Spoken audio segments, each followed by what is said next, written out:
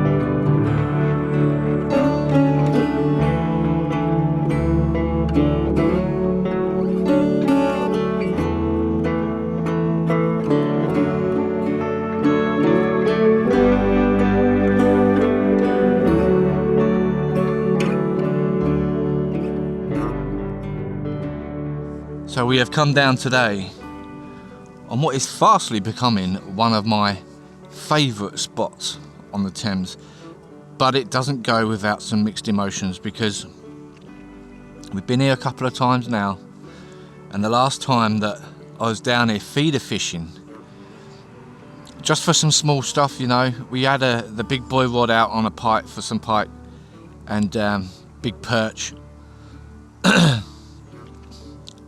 with a dead bait on the end. But because we hooked into something really big on the feeder rod, I mean the reel jammed up, which didn't help, but it weren't really suited for anything, you know, of a decent size. So today, rather than fishing the meat, which is usually what I would do with this rod, or, you know, boilies or fishing for pike on it, I'm going to literally load this one up with a ton of maggots, which is what we hooked whatever it was that we got in a palaver with last time. And hopefully, if something takes this, then we should be in good stead to be able to get it in. So that's the plan for the big rod today. We're not using a feeder on it because where we hooked that fish isn't that far out. I've just whisked up some ground bait, put some maggots in it, there's some pellets in it, same as before, except we've just added some maggots to it, and I'm able to just throw that out right down in the swim where that fish took us. So I'm going for just literally a fixed lead situation here because we're not in a massive flow, and hopefully if we get a take on it, whatever it was, we'll be able to hook itself. So first things first, I will just flick this out.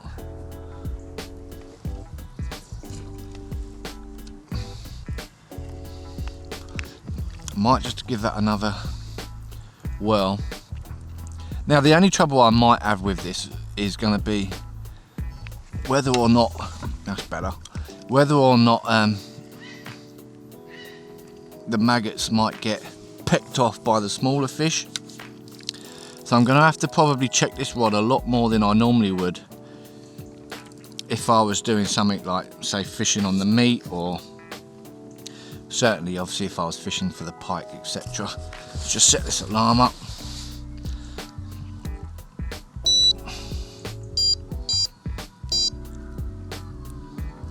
Like I said, we're probably going to end up with getting some twitches on this from smaller fish, but providing that we check that on a regular basis, we should be okay. I'm just going to flick a bunch of maggots out there, even though I've already baited it up with some ground bait. I just want to put a small scatter in, I'd say, and maggots down there.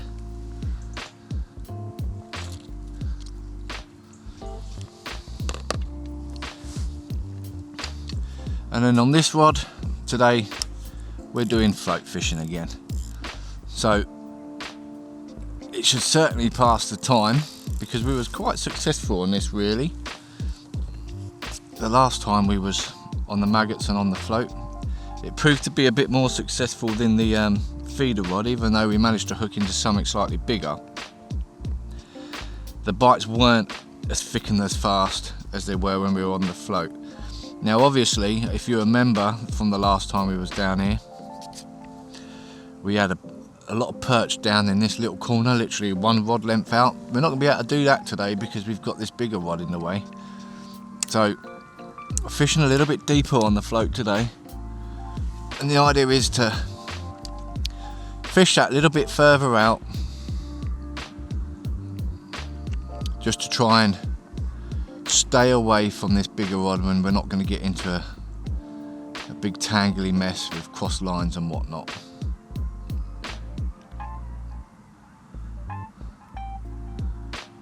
I've just got to get used to the way that this part of the river is going to flow, because like I said previously, it's kind of like a whirlpool here, because we've got a weir up the other end, and we're at the entrance here of where it sort of goes down to the weir. And of course you've got the main river flow coming down this way, and you've got the flow of the weir coming down the other way, and we're in here to a Percy perch. Oh, easy now, tiger. First fish of the day, kamikaze pilot, the perch, little green stripy one. Still, so far this season we haven't managed to bang into anything real nice on the perch front, but who knows, maybe today will be the day.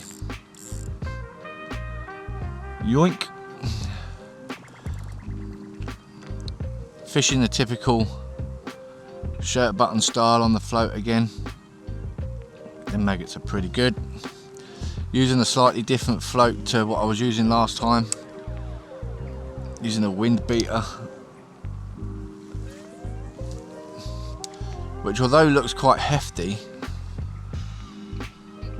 can be quite a sensitive float. They're also pretty good at showing you a lift bite, because they've got that bobbly tip on the end, and if anything picks it up from the bottom, it just yoinks it up straight away. Because I'm trying to fish pretty close to the bottom, which seems like we are right there, because it's not really moving around in the current too much.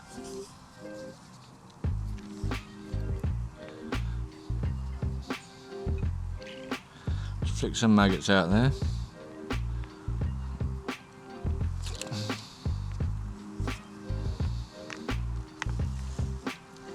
What have we got here? Nothing. He managed to jump off at the last second. Come here.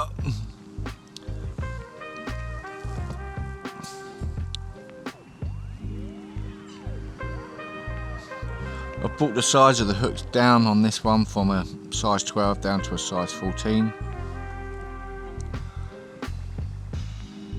Only trouble with that is it's hooked to nylon, and whereas our size 12s were 7.5 pound nylon, this is all the way down to 3 pound. So if we do get anything of a substantial size on this, it will be a bit of a struggle. I can see that that's going to be a problem, and I'll keep banging into this rod. A bit tight on this jetty.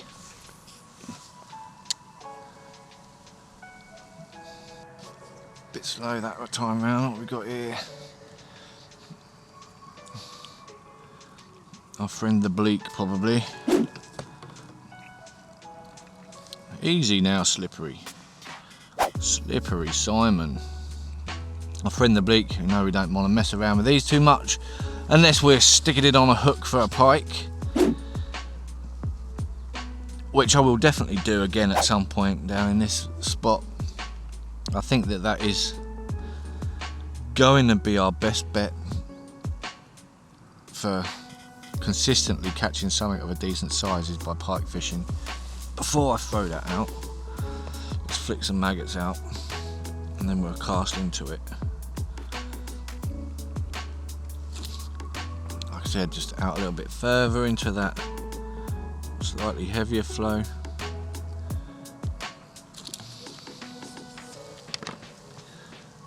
And would you believe it, that happened to me last time. I was trying not to let it go into the water. A greedy old perch. Oh, I look down there for my discorder, it's always behind me here.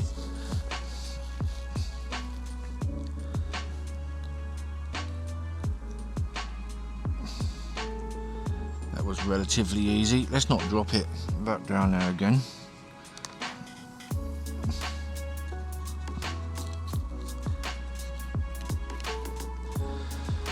Tiny, tiny, tiny Percy perch.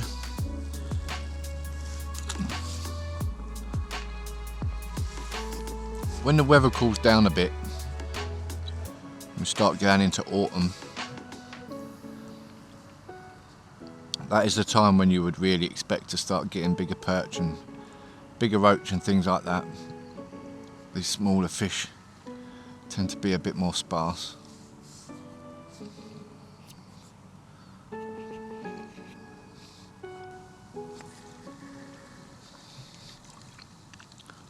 Just trying to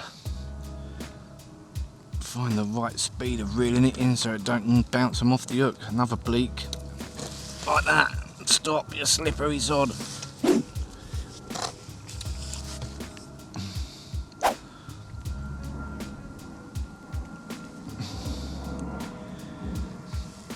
Having them kind of fish around is, you know, one of the reasons why pike fishing around this end makes sense. When you've got so many bait fish like that, and at the same time, you know, a pike would easily take that, but I think a perch would also easily whip down a fish of that size.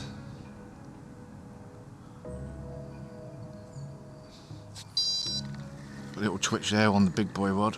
We're playing something else here on this one, which is a bit better. Chub. I think what we'll do is we'll unhook this one. It's very tight in here,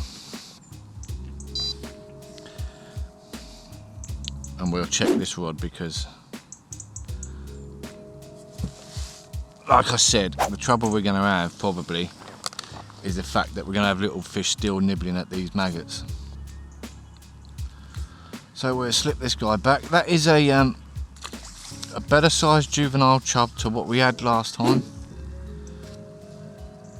which could just be because of the period of time since we was here last, you know.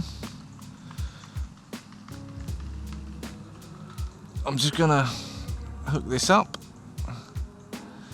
Don't want to leave that dangling in the water now, knowing that old Percy Perch don't mind having a nibble that close in. We'll check this. Just make sure that we've got plenty of maggots still on there. See what sort of condition they're in. Come here, boy, come here. Which is a good job really, because one of our split shot have decided to make its way down for some reason. I could probably take that one off, to be honest with you. Stick that on there like that. Nice healthy bunch of maggots still on there. But like I said, it doesn't hurt to check this one more regular. Just gotta be careful not to put it in this tree. Trying to just put it just past it so I can reel down.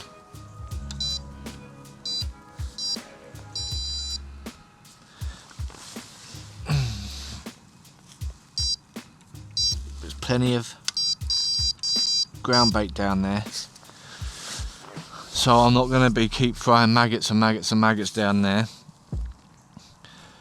Eventually I will put some more ground bait down which has got maggots in it, but I don't really want to be bringing too much attention to the small fish on that rod. They're fine.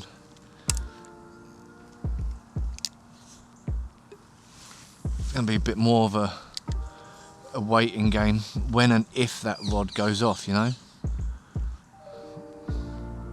But we know we're in a decent spot. We know that it's a spot where we've certainly had at least, oh look who it is. You alright, buddy? A decent spot because we've had decent fish there already. You gonna be brave today?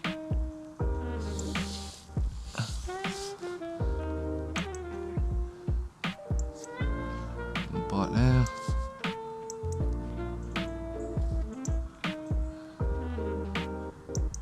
Come on, Rodney.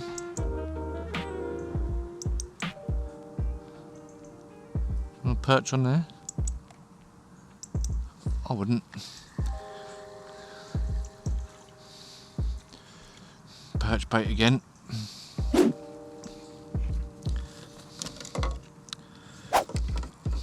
Gotta be a more economical way of doing this.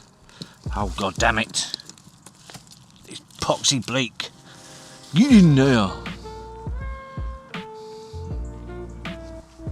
As you can tell, they're not my favourite species. It's just all a bit awkward here because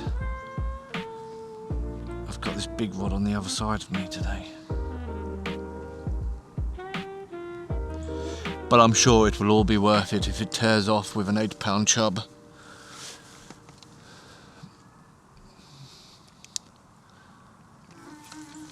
The thing I'm worried about is that chub that we just had. I mean, that could possibly fit all them maggots into its mouth.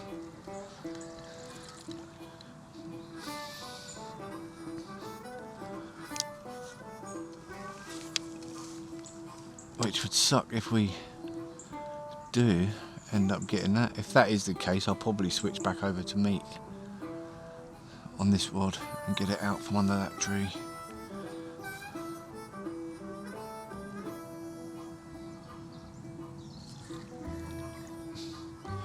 These barbless hooks, honestly, I am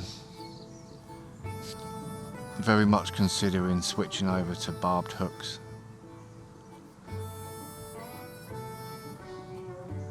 It would improve the catch rate tenfold, mate.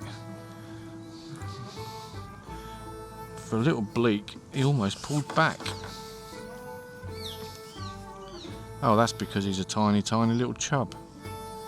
Tiny, tiny, tiny. Little perch bait. Where you go, buddy? Come back in 2 or 3 years.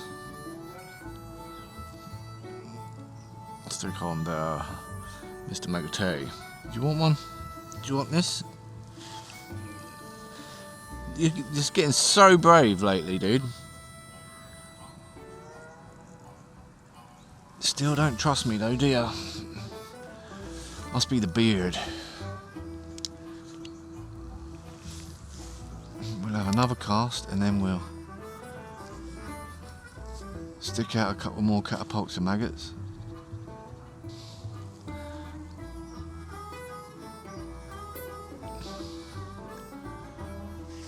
Try and spread them out a little bit. Nicely done, nicely done. That was me.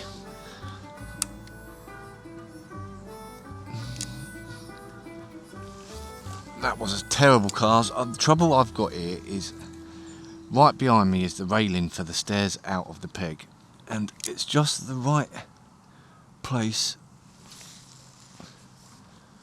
for me to hook when I go to cast it out.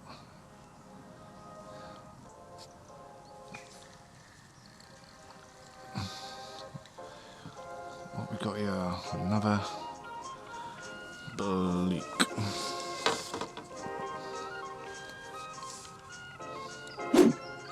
Quite greedy for a bleak. Where's my bloody disgorger? Good effort there, buddy.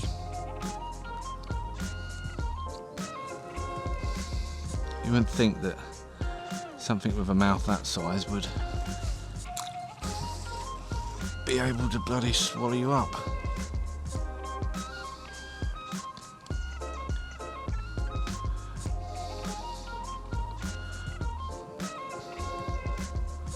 I'm almost half expecting a huge eruption coming off the surface when I throw these fish back in, of a big old pike just sitting down there waiting for me to throw something in. Oh, come on now.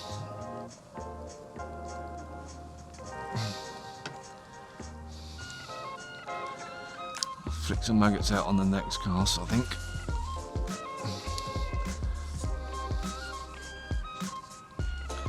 Might have to take a shot off this float in a minute.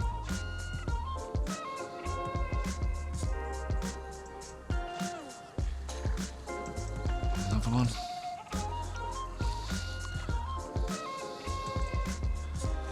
Could be that these bloody things are smashing the maggots before it sinks down, and then I'm thinking that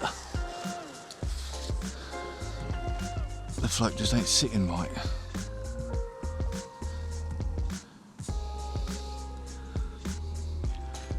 On the bleak now. Where's the perch gone? That's what I want to know.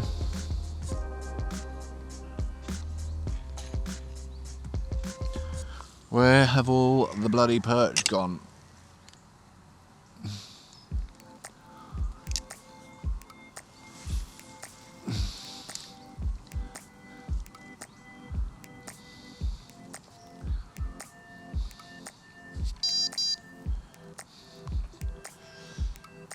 That's got to be a smaller fish just tugging away on them maggots.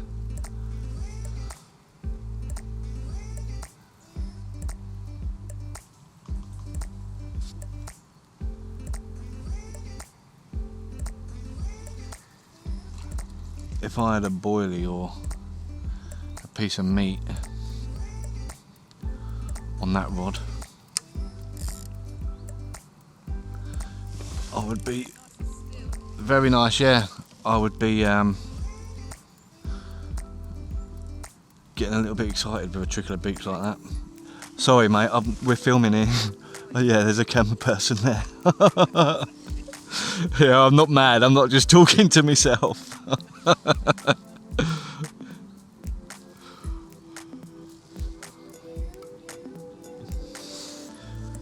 She thought I was talking to her, bless her.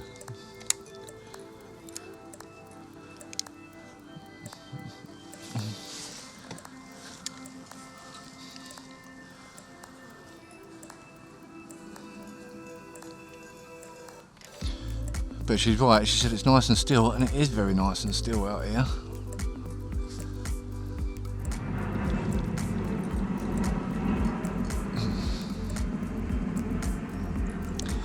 Same thing again. perch bait. A perch bait bleak. Yoink! Psh, a pike, 56 pound.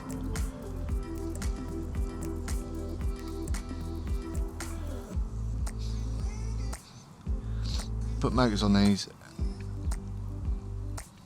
We'll hook that up.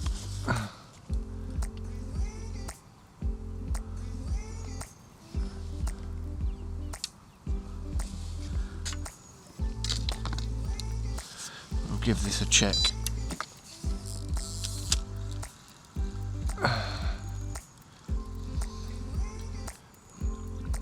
There's something on there. A mussel.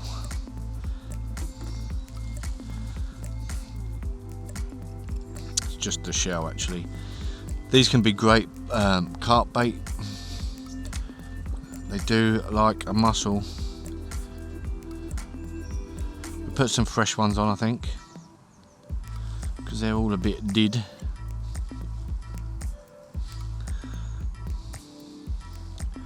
We just need that one fish, you know, that's big enough to get these all in its mouth. It's a bit hard to get these on without making a mess of them, to be honest with you, because of how thick this hook is.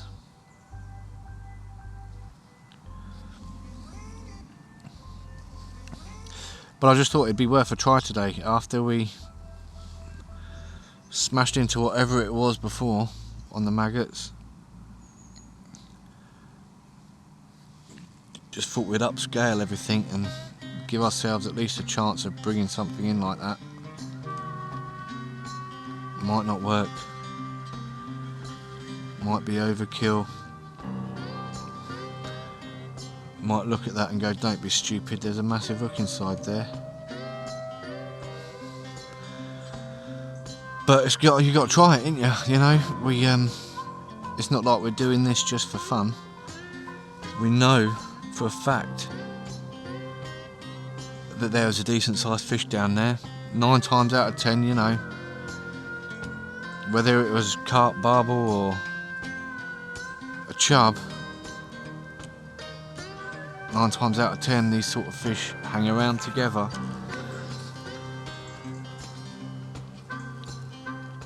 So chances are there was certainly more than just that one off. At least that's what I want to tell myself. Just there.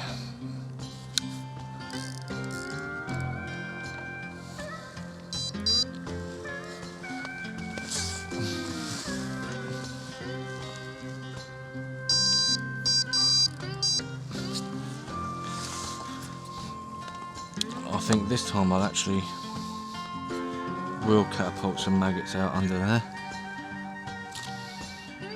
That was a little bit too far.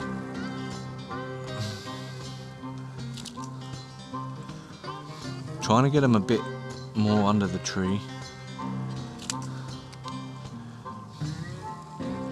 because if anything's going to hide down there, it's going to be right under there, you know. I'll try and tempt them out of there, ideally. I won't put any more ground bait down there though, because I put plenty of that in when we got here.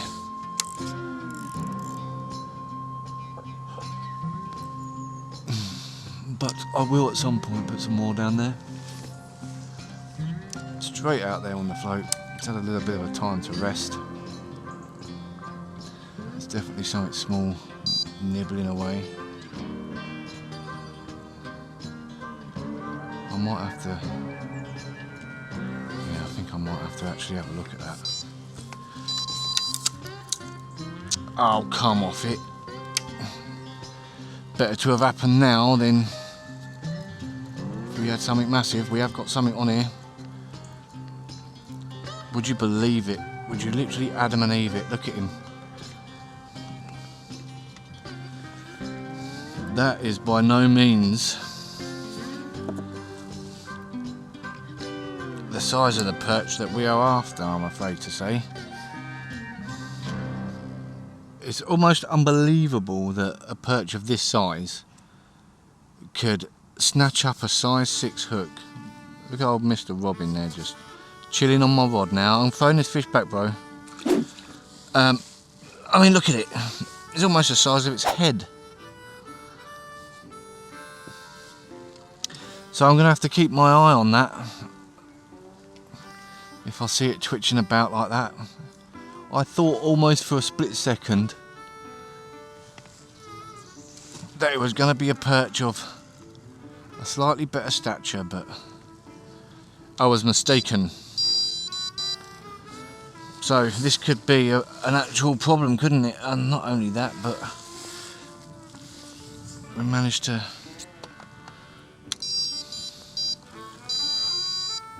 snap up on the old bobbin, which isn't useful. We'll snap that off and we'll just stick it on there freely for now.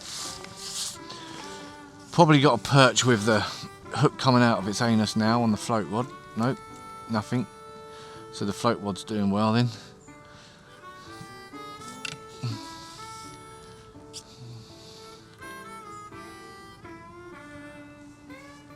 I could just see the tip of that rod just twitching away more times than it should have, you know.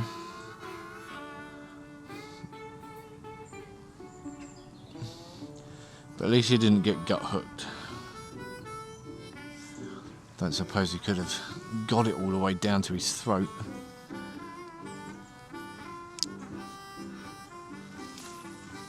But really, that is not the size we're after on that rod.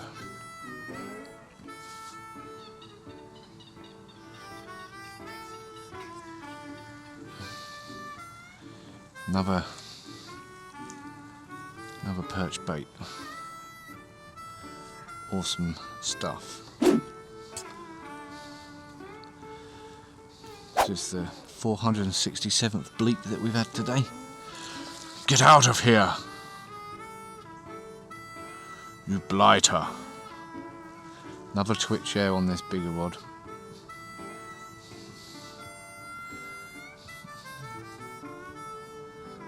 As long as it don't keep on doing it, you know.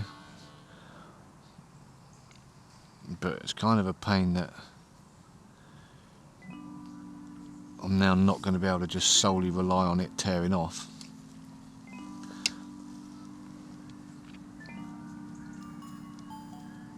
If it does it once or twice, I'll ignore it, do you know what I mean? But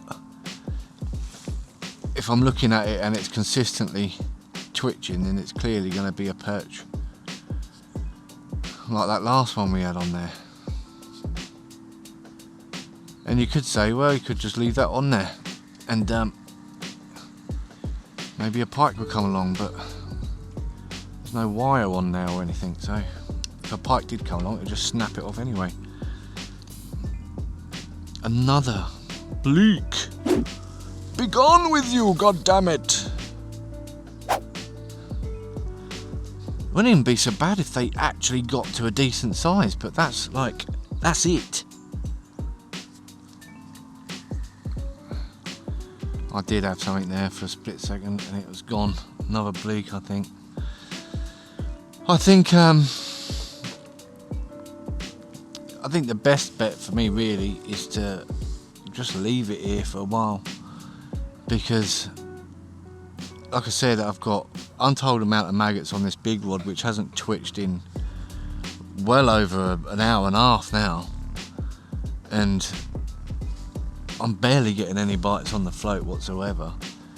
So I think it's probably best to just call it for now. It's been a typical day again, I suppose, with untold amount of bleak on the float and a couple of smaller perch. But next time I hit this spot, I think what I'm going to do is I'm going to focus on the pike again on the bigger rod. But next time I fish for pike, I actually want to not use a treble hook. I've got some catfish hooks that I'm going to try, and then if they don't work, I'm going to invest in getting some circle hooks, because I don't like the way trebles are working anymore, and I hear a lot of talk about using circle hooks on the pike. And then this rod, rather than fishing this real light hook to nylon, I'll probably just trim a bit of the main line off and feed the fish where we're fishing now with the bigger rod, with a slightly bigger hook than what we're using on here, but a slightly smaller hook than what we're using on that. So hopefully that then will be, you know, produce something. When we was here before, we was here a lot later, he says, and we're getting just another trickle. That is just going to be, again, something like that perch. When we was here before, we was down here a bit later in the afternoon, and we had a half decent roach, we had the big take on the feeder rod, and we had a pike out. And I think that that's probably going to be the best thing to do. When you come down this time of day, you know, early morning going into midday, once you get past that early morning stage, the fish just, you know, they just die down. They just, that's it. They just go in hiding, and they don't want to play ball no more. So I think I'm going to go home, get some lunch, and then later on I'll be back down here later in the evening to fish for some pike and whatnot. But unfortunately, guys, you're going to have to wait until the next episode to see that. But yeah, typical day again on the Thames. Loads of bleak, couple of juvenile chub, some smaller perch, no roach whatsoever today. But you know, who knows what we'll get next time. That's the way it goes sometimes, isn't it? So until then, guys, you know the score by now. I've been Mark Payne. This be Taken on the Thames, and I will see you later.